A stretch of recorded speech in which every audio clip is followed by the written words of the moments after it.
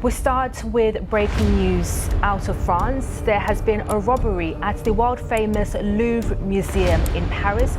3 men, it seems, broke into the Louvre Museum after it had opened. It wasn't an overnight robbery. Who's going to buy that how it is, like, do you know what I mean? You're going to have to break that down. Listen up, before we get to grips with this video, then I'd like you to do me a massive favour. If you haven't hit that subscribe button, it's imperative that you do so. We need to build our numbers, we need to build our audience. It just means we can do more for you. Right, I'm getting on with it now. La Louvre, the pride of France, home of the Mona Lisa and the nation's crown jewels. Not anymore, it ain't. Was hit by a professional four-man team who pulled off one of the fastest museum robberies in modern history. They got in through a service lift, cut through glass and grabbed priceless royal treasures before anyone even made it into the stairwell. French officials are calling it an attack on heritage. It's a massive security failure in my book and a serious wake-up call for Europe's most famous museum. Yes, I'm Phil Campion, former UKSF, and this is the tactical truth. Now, let's take a look at what's being said by the mainstream media, shall we?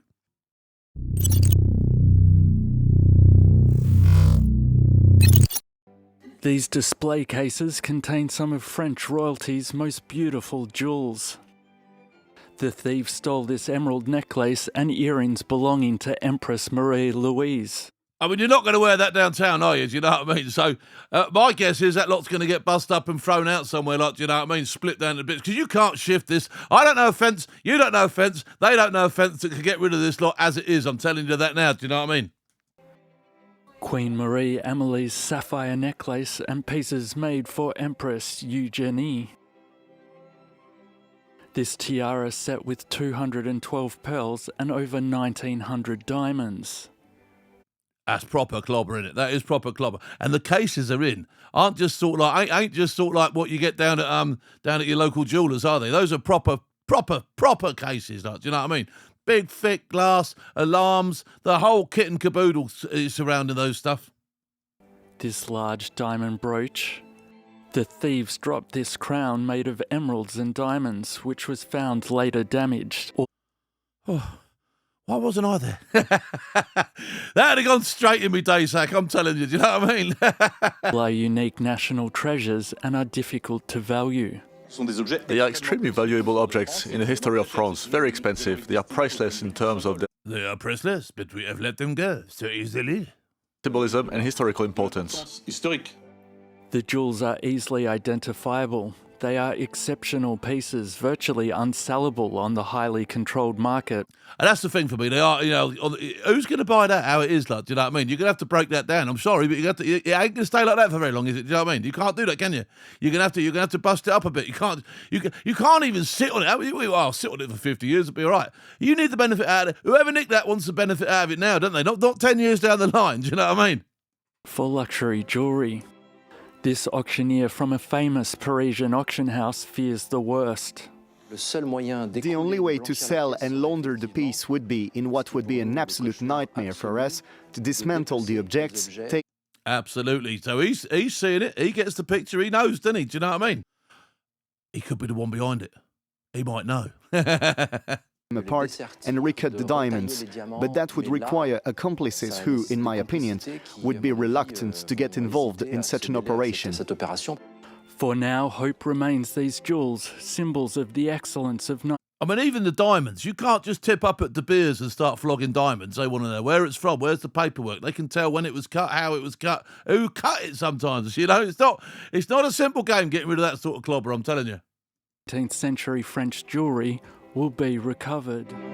Given these pieces' cultural and historical importance, it's been deemed impossible to put a value on them. The embarrassing incident has raised serious questions about security procedures protecting the museum's collection of over 500,000 items. This operation lasted almost 4 minutes. It was very quick. We have to say that these are professionals. Organised crime today targets object of art. There we go, outside, look, cherry picker up, bang, straight through the window, case, smash, open, gone, grab, in the bag. All right, you dropped a crown on the way up, but you won't be too bothered about that, do you know what I mean? They're gone, and they're gone, they're out of there. Museums, of course, have become targets, because France, as you know, is a country of heritage, a country with historical objects of heritage with great value. France's embattled President Emmanuel Macron has vowed prosecutors will do everything possible to bring the thieves to justice, posting, "The theft committed at the Louvre is an attack on our heritage that we cherish because it is our history." Tourists evacuated from the museum were bewildered at what had happened. And then taking selfies to say, I was there. My gosh, I can't believe it. That's crazy, right? Wow. Yeah, no. That's something for keep in mind for history. Something we won't forget. We could not go to the Louvre because had a robbery. Well, Yeah, I want to check your pockets and all. you rob the Louvre, that's a big deal to all of France. So I knew something was up because of the way they swept the whole museum. So. But it's great. This is our last day of a long... But it's great. But it's great. This is the last day here, and something big has happened in Europe. trip, and this is the most exciting part today. Cashing in on that one, my friend. Cashing in. It's been a great day. What a great day. What a great day. Watching the French capitulate again. What a great day. You know, you think in the Louvre, of all places, don't they have like the best security? No, they have security. They have security. The best is another level, isn't it? On the planet. So it's crazy. I'm thinking an inside job, maybe? Others were less surprised, including museum employee and union leader Elise Muller.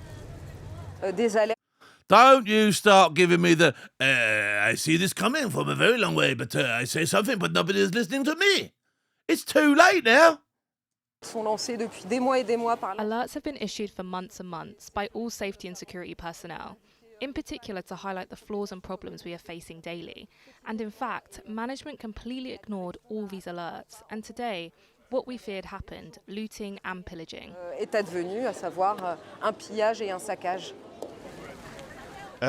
There is an element of told you so in there, isn't there? Do you know what I mean? But it's like, stop laughing, Philip. This year, President Macron announced a 6-year renovation of the museum, estimated to be costing several hundred million euros. Its focus was on dealing with the record-breaking number of visitors and building failures. But cram them in and get a bit more money rather than sort of like keep them out, control it a bit better, and look after your clobber. Is that what I'm reading from that, is it? Security concerns may now be prioritised. The Louvre has suffered heists before, most notably when the Mona Lisa was stolen in 1911 by a former worker, Vincenzo Peruggia. It wasn't recovered until 1913, when Vincenzo attempted to claim a reward for locating it. Some experts think these thieves will struggle to capitalise on their crime. Ces pièces sont trop connues. These pieces are too well known, too publicised. It's a bit like when the Mona Lisa was stolen. You see, the thief at the time didn't realise the scale of his act. Here, the pieces are unsellable, except that they are made of precious materials. But we are at 10, 20, 100 times the intrinsic value of the objects, since there is considerable historical value there. Historique considérable. I think they will know that, and I can see it seriously getting scattered about a little bit. Do you know what I mean? They're gonna, yeah.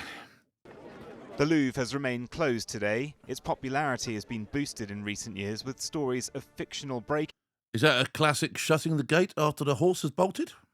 In novels like The Da Vinci Code and TV shows like Lupin. Et vous sortez millionnaire. Now museum authorities are dealing with the reality, facing tough questions of complacency and competency at a time when France itself is teetering on political and economic chaos. Losing these priceless jewels now is not just a blow to this former royal palace turned museum, but to a proud symbol of the Republic itself. Well, joining us now is Christopher Marinello, an attorney who specialises in recovering stolen works of art. Christopher, thanks for speaking to us. Firstly, what was your initial reaction when you heard the news about the Louvre heist? Oh, but they asked some bone questions. So what was your initial reaction? Ooh. Do you know what? Shut up. Ask a proper question. Well, I was shocked that thieves managed to infiltrate the Louvre. I mean, over the last few months, there have been many thefts at smaller museums all over the world, all over Europe. But to hit the Louvre, that's a pretty big piece. Très bien. That's what the press is saying. Right, let's have a look at what we think, shall we?